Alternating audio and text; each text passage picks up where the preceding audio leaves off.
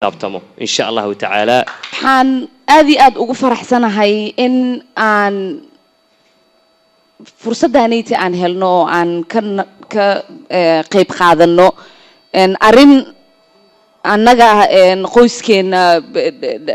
daawac weyn dareensiinaysay ta'ala run ahaantii arintan annaga waa ka damqanay waa arin nagu dheer waxaan rabnaana insha Allah ta'ala in aad nagala shaqeysaan nabadda kulligiin qof kasta mas'uul ayaa ka saaran nabadeynta waxa soo qortid ama waxa aad sheegtid ama waxa aad ku dhaqantid ficilka aad ku dhaqantid ayaa dadka wado marka kulligiin waxa idinka doonayaa in aad ku dadaasho warbaahinta Mareykanka iyo waliba kuwa Britain ayaa waxay si aad uga faaloonayeen warbixin ay uga hadlayeen kala taga Ilhaan Cumar iyo waliba sigeeda iyo waliba qaabka ku kala tageen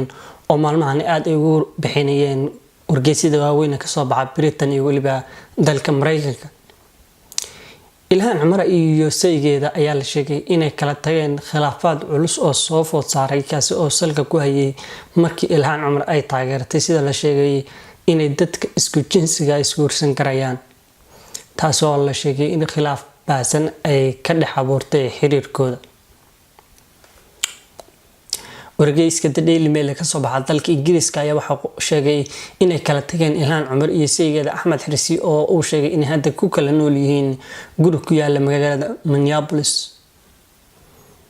wargeyska The Daily Mail ee dalka UK ayaa waxa uu sheegay in Ilhaan Cumar iyo sigeeda ay kala guureen isla markaasna ay ku guda jiraan hanaan ay isku furayaan Daily Mail waxa uu warbixin gaar ah uu qoray uu sheegay in Ilhaan ay caawisay sigeeda Axmed Xirsi markii uu horeysay oo ay iskuursadeen waxay ahayd sanadkii 2002 balse mar ay isfureen sanadkii 2008 ka hor inta aysan mar kale dib isugu soo noqon wargeyska ayaa sheegay in Ilhaan ay hadda ka guurtay Axmed kuna nooshahay dhisme qaali ah oo ku yaala Mill Street oo ah xaafad ka tirsan Minneapolis waxaan ka xumahay waxa kama oran karo arintaas ayuu u sheegay Axmed Xirsi wareysi uu la yeeshay wargeyska The Daily Mail ee dalka Britain sidoo kale Ilhaan Cumar ayaan ka jawaabin sida sheegay wargeysku xiriir uu la sameeyay Axmed Xirsi ayaa hadda kaligiis ku nool guriga ay ku wada noolaayeen isaga iyo Ilhaan Cumar hase yeeshee waxay sheegay in ay Ilhaan Cumar ay ku nooshahay guri aad u qaali ah oo ku yaala Minneapolis